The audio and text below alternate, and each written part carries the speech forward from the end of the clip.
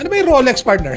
Parang itong relo ko parts. Rolex to eh. Rolex ba yan? Oh, pero nabili ko dyan sa Eftaniedo. So, Pero partner, you know what I didn't like there? Yung comment niya eh. Yung talagang sabi niya, di ba? How dare you? To sino ka ba? Hindi ka naman naka-Rolex? Or naka-Gucci? Di ba sabi mo nga?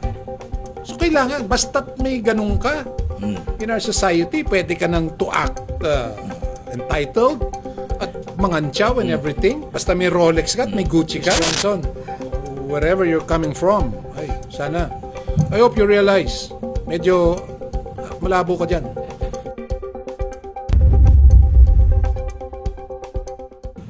Welcome back, mga kaprangkahan. Isang magandang pagbati po muli. Iniwanan natin dating diskusyon ay tungkol dun nga sa administrasyon, dun sa rides, and dun nga sa dialysis center. Pero itong pumasok na naman isang napakainit na sitwasyon, nagba-viral pa nga yan and everything. Ito yung patungkol dun sa nakita natin itong partner, itong sikat to eh. Itong si Rowena Guanzon, former COMELEC commissioner. She is a personality really. I mean, she's a character, I believe.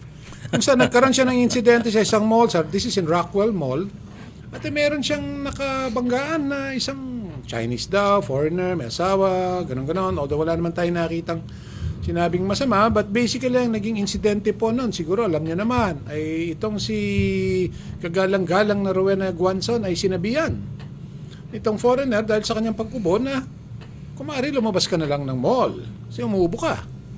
Ay yun ay minasama niya. At sa pagmamasama niya, na-record naman yung mga binitawan niyang mga salitang para sa akin, partner, are very revealing kung ano bang utak meron ng taon to. Ano bang, Bisaya to eh, ano bang kahambugan meron nito?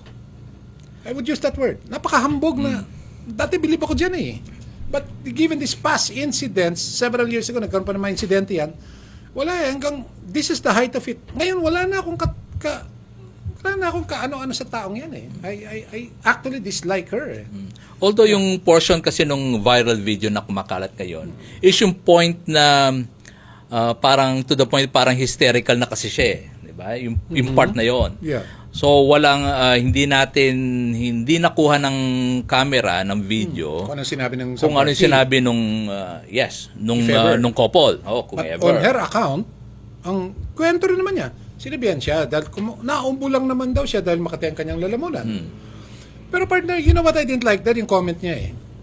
Yung talagang sabi niya, di ba? How dare you? Sino ka ba? Hindi ka naman naka-Rolex? Or naka-Gucci?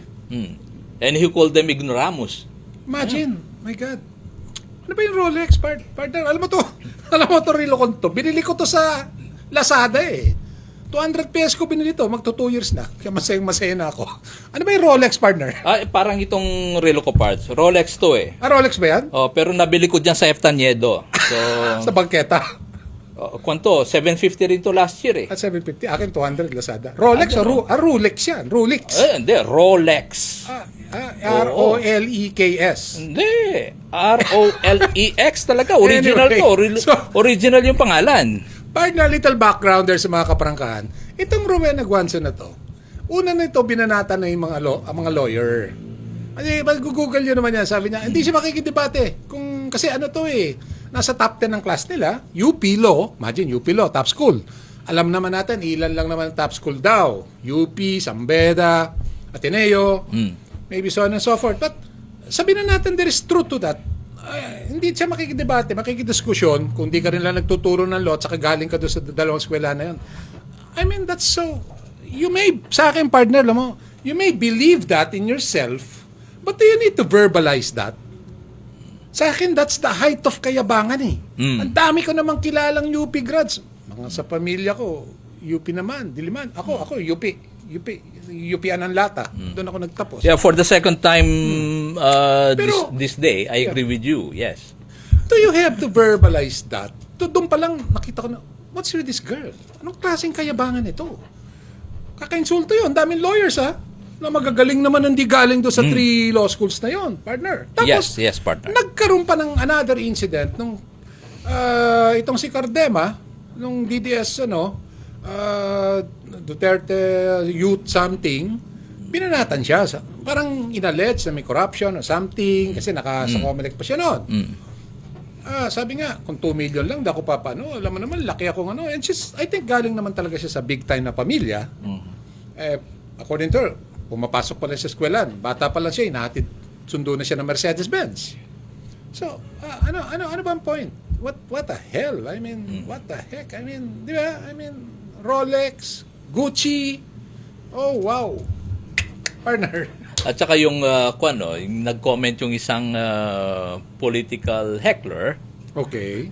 na sabi nga yeah, I like that. nagkaroon siya ng low self-esteem dahil nga wala siyang Gucci, Katukayan wala mo yun. ring Rolex. Si Ronald Llamas. Yeah. Yes. So ito nagrant na ngayon itong si Pinatulan naman niya. Gonzon. Nag-rant, Yes. no? Baka Diyos ko, kung ano pinersonal na. Oh Pero my yun nga, God, no, yung parang what's with this girl? parang kung mayaman ka, so you're entitled to Yes. say these things. Kung mahirap ka, hindi. Pero ito yung na-mention nga ni Llamas, no? Ginamit niya yung term sa isang interview, unhinged si Guanzon. Ay, ibig sabihin nun, unhinged. Kung mayaman ka, unhinged. Yun ang term. Pero kung mahirap ka, wala kang Gucci, wala kang Rolex, ang tawag sa'yo si Raulo. So, ganun lang yon. I wonder, Kaya sino? dapat makabili na tayo ng Rolex na totoo. Ay, partner, pasensya na. Not in my wildest dreams. I'm very happy with what I have. That will never, not even in my wildest dreams. Pero yun na nga, it's really distorted to give that reasoning na wala ka. So, di ba sabi mo nga, so kailangan, basta't may ganun ka in our society, pwede ka nang to act entitled at mangantsaw and everything. Basta may Rolex ka at may Gucci ka. And she even had the gall to file a complaint, file a court case against the couple. Naku, Diyos ko, na ba yan? Naku. Unjust vexation. Miss Guanzon, wherever you're coming from, ay, sana. I hope you realize, medyo malabo ka dyan. Malabo. But anyway, so partner, may last words para we can move on or break again? Siguro pwede natin diretso. Meron Oo. pa bang sasabihin about kay Guanzon? Kung hindi, siguro. Wala. I think ibang topic na itong ating this ngayon, Christmas sana, may magregalo sa akin ng Rolex na more than 250 pesos Rolex. para tumaas yung self-esteem ko. Exactly. Tsaka yung ano ba yun? Gucci. Gucci. Wala kasi tayong ganun.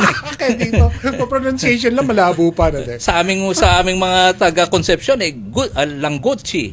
Alang Gucci. Mga kaprangkahan, break muna and we'll see you soon.